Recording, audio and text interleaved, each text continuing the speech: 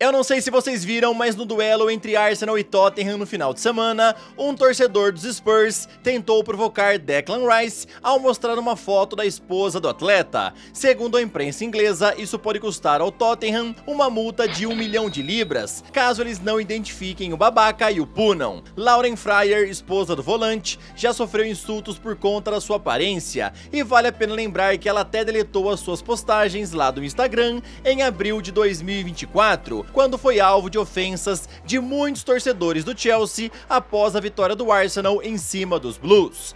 Infelizmente, muitos tiram sarro de Rice, pois dizem que ele deveria estar com uma mulher mais bonita por ser um atleta de futebol de elite, e várias vezes o casal já foi alvo de insultos, mas mesmo assim, o jogador do Arsenal nunca se deixou abalar. Esse babaca, né, porque eu não posso chamar esse cara de torcedor, ele é simplesmente um babaca, né, ele quis provocar aí o Rice logo após o gol do Tottenham. Afinal, né, a jogada do gol do Tottenham meio que se originou num erro do Declan Rice, mas depois acho que o torcedor teve que calar a boca. Afinal, o Arsenal marcou mais 3 gols e venceu por 4-1. Inclusive nesse momento, né, que o cara mostra ali o celular com a foto da Lauren Fryer pro Declan Rice, parece que ele nem viu, ou pelo menos que ele fingiu não ter visto, né? É simplesmente patético o povo querer julgar o cara porque diz que o jogador de futebol de elite tem que ter uma mulher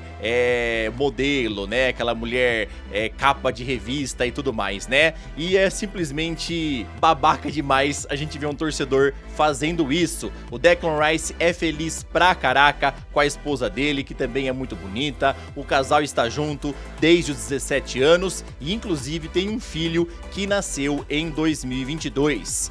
Eu sou o Todd, seja muito bem-vindo para mais um vídeo aqui no canal, onde eu vou te contar muita coisa interessante. Bora falar sobre Paulo Dybala vindo aqui para o futebol sul-americano, vou te contar sobre Griezmann, que está negociando com o time lá da MLS, bora conversar sobre novo patrocinador do Santos e muito mais. Só que antes eu queria te lembrar que hoje tem a volta dos playoffs da Liga dos Campeões, onde o Atlético de Madrid enfrenta o Clube Bruges, Newcastle pega o Qarabag, Leverkusen enfrenta o Olympiacos e a Inter Milão pega o Bodo Glimt. Sem sombra de dúvidas, o jogo mais interessante, na minha opinião, desses 4 é o da Internazionale. Afinal, né, eles perderam a ida por 3-1. O Bodo Glimt pode até perder por 1 gol de diferença, que ainda avança para as oitavas de final. Na tua opinião, a Inter vai dar a volta por cima e vai sair vitoriosa com a vaga? Comenta aí, tá bom? E agora, sem mais enrolações, solta a intro!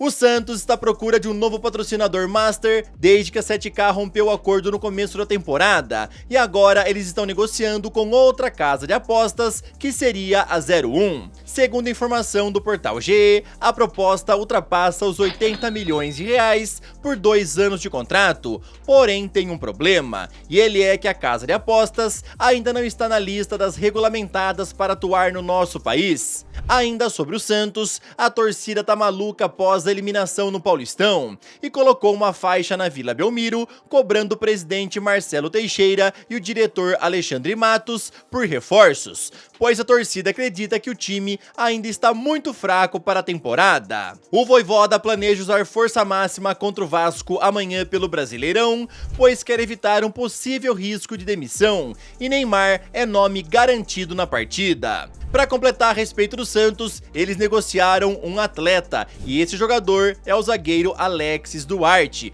O cara tá se mudando para o Libertad e vai jogar lá por empréstimo, se eu não me engano, somente até o meio do ano. O técnico Marcelo Galhardo se tornou uma boa opção para clubes brasileiros que estão à procura de um novo treinador, e isso porque ontem ele anunciou que deixará o River Plate amanhã após a partida contra o Banfield. A segunda passagem do técnico pelo clube, iniciada em agosto de 2024, terminará após 1 ano e meio de frustrações e sem nenhum título conquistado, diferente da primeira passagem, que foi extremamente vitoriosa, com 14 títulos em 8 temporadas. temporadas. Na temporada passada, o clube argentino terminou sem nenhuma conquista e, para piorar, eles também não conseguiram nenhuma das 6 vagas para a Copa Libertadores. Esse ano, o River Plate começou mal mais uma vez, tendo apenas 2 vitórias em 6 jogos e já ocupa a 10ª colocação no grupo B do torneio Apertura, lá do campeonato argentino. Meus amigos, então Marcelo Gallardo está indo embora do River Plate, já foi confirmado. E como eu falei para vocês, ele é uma boa opção, né, para times brasileiros que estão atrás de um novo técnico. E em relação, né, ao sucessor dele lá no River Plate, 3 nomes são avaliados segundo a imprensa argentina: o do Crespo, o do Eduardo Cudê e também do Santiago Solari.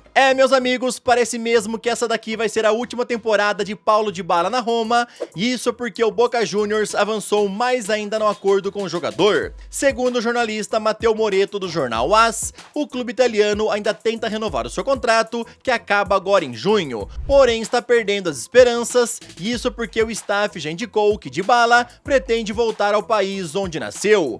Mesmo assim, a Roma vai apresentar uma proposta com uma redução salarial, isso porque tem a esperança de não perdê-lo grátis. O Boca Juniors vem mantendo conversas diárias com Paulo Dybala e Leandro Paredes tem sido um dos aliados para o retorno. Afinal, ambos jogaram juntos na Roma e também na seleção argentina. Agora que ele está no Boca, está ajudando a convencer Dybala a vir para o clube. Agora, rapidão, queria te pedir aquela moral, deixa o like no vídeo porque fortalece muito aqui o canal e também se inscreve caso você não seja inscrito. Aqui é onde você vai sempre ficar muito bem informado em relação a esse esporte tão maravilhoso e amado por todos nós. Ontem a UEFA anunciou que suspendeu provisoriamente Prestiani, acusado por Vini Júnior de racismo. O jogador do Benfica recebeu a suspensão de uma partida em competições organizadas pela UEFA e, portanto, não poderá atuar no jogo de volta entre Real e Benfica, que acontece amanhã lá no Santiago Bernabéu, pela volta dos playoffs da Champions. O Benfica se manifestou em nota oficial logo depois da decisão da UEFA e afirmou que vai tentar um recurso contra a punição, apesar do tempo curto para uma reviravolta antes da partida. A Rádio Cadena Ser informou que a UEFA estava bastante preocupada por conta da tensão entre Vini e Prestiani em campo. Não queria mostrar ambos evitando se cumprimentar e se estranhando em campo. Lembrando que essa suspensão é cautelar e não representa decisão definitiva no julgamento final, tá bom? Então, por enquanto, ele está suspenso para o jogo de amanhã, mas o Benfica ainda tenta reverter essa decisão. Na tua opinião, a UEFA tomou a decisão correta ou você queria ver o Prestiani amanhã lá no Santiago Bernabéu? A torcida do Real já avisou que se ele pisar em campo vai ter uma recepção nada agradável, tá bom? Vamos ver o que é que vai rolar, porque mesmo que ele não vá no campo, né, jogar, o Prestiani deve ir para os camarotes, né, para assistir a partida. Completando a 27ª rodada da Premier League, ontem o Manchester United venceu o Everton por 1-0 com gol de Benjamin Sesko aos 71 minutos. E assim, Michael Carrick chegou a 6 partidas invicto no comando dos Diabos Vermelhos, ou seja, até agora ele não sabe o que é uma derrota. Com os 3 pontos conquistados, o Manchester subiu para a 4ª colocação com 48 pontos, e assim segue com o objetivo de garantir a sua vaga na Champions na próxima temporada. Desde que Michael Carrick chegou quase no meio de janeiro, nenhuma outra equipe da Premier League tem somado mais pontos nos jogos do que o time do Old Trafford, e por isso que a diretoria já cogita mantê-lo no cargo para a próxima temporada. Lembrando a vocês que por enquanto ele está como técnico interino, com um contrato válido somente até junho. Se eu sou o Manchester, eu manteria o Michael Carrick pelo menos mais uma temporada, tá bom? O elenco já mostrou que está apoiando ele já mostrou que está fazendo um bom trabalho. Desde que ele chegou foram 6 partidas, né, onde venceu 5 e empatou apenas uma, inclusive, né, por conta desse empate que o torcedor ainda não conseguiu cortar o cabelo, mas ele tá fazendo o Manchester jogar bem melhor. Inclusive até o Benjamin Sesko tá conseguindo marcar mais gols sob o comando do Michael Carrick. Se eu sou aí o diretor diretor do Manchester, eu não apostaria em outro técnico de grande nome, né, para a próxima temporada e continuaria dando chance para o Carrick, pelo menos pela próxima temporada. E vale a pena lembrar que ele ganhou o prêmio aí de melhor técnico da Premier League no último mês de janeiro. Antoine Griezmann pode ser o próximo grande nome do futebol europeu a vir para a MLS, isso porque o Orlando City já está negociando a sua chegada. O jornal The Athletic informou que o clube norte-americano já está trabalhando diariamente para fechar contrato com o francês, e a ideia é conseguir isso antes do fechamento da janela, que é no dia 26 de março. Mas caso não consiga, a segunda janela se abre no dia 13 de julho e vai até o dia 2 de setembro. Segundo a publicação, as conversas têm avançado bem, com Griezmann demonstrando interesse em vir morar nos Estados Unidos, porém vale a pena lembrar que ainda não existe acordo. O jornal L'Equipe também confirmou as negociações e ainda revelou que o Orlando City não é o único time que está negociando com o atacante do Atlético de Madrid.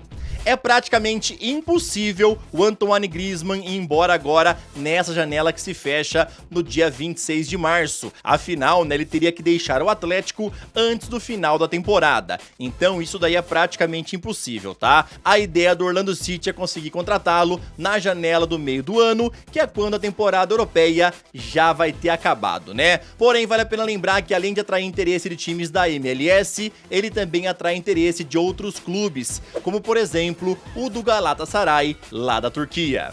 Esse foi o vídeo desta terça-feira, espero que vocês tenham gostado, tamo junto, valeu e falou!